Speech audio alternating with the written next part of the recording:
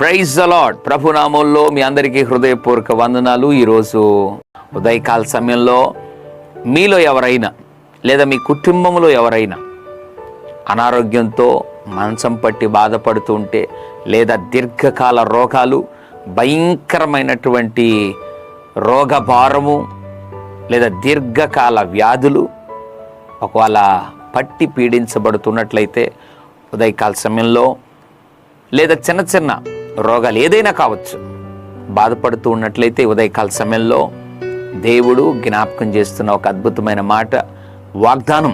నిర్గమకాండం 15వ అధ్యాయం 26వ వచనం, నిన్ను స్వస్థపరుచు యెహోవాను నేనే అనెను. ఎంత అద్భుతమైన మాట.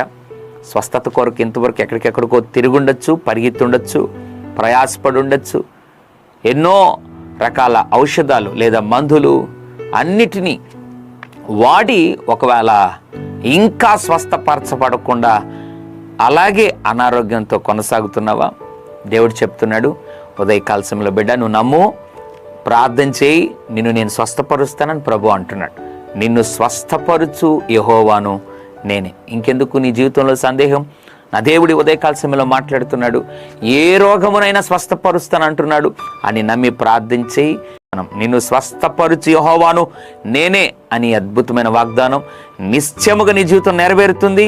నీ కుటుంబంలో ఉన్న సర్వ రోగాలను దేవుడు తొలగించబోతున్నాడు. నీ భర్త జీవితములో ఉన్న రోగం, నీ భార్య జీవితంలో ఉన్న రోగం, నీ కుమార్తె జీవితంలో, కుమారుడు జీవితంలో ఉన్నటువంటి లేదా పట్టి దేహాన్ని పీడిస్తున్న ఏ వ్యాధినైనా దేవుడు తొలగించబోతున్నాడు.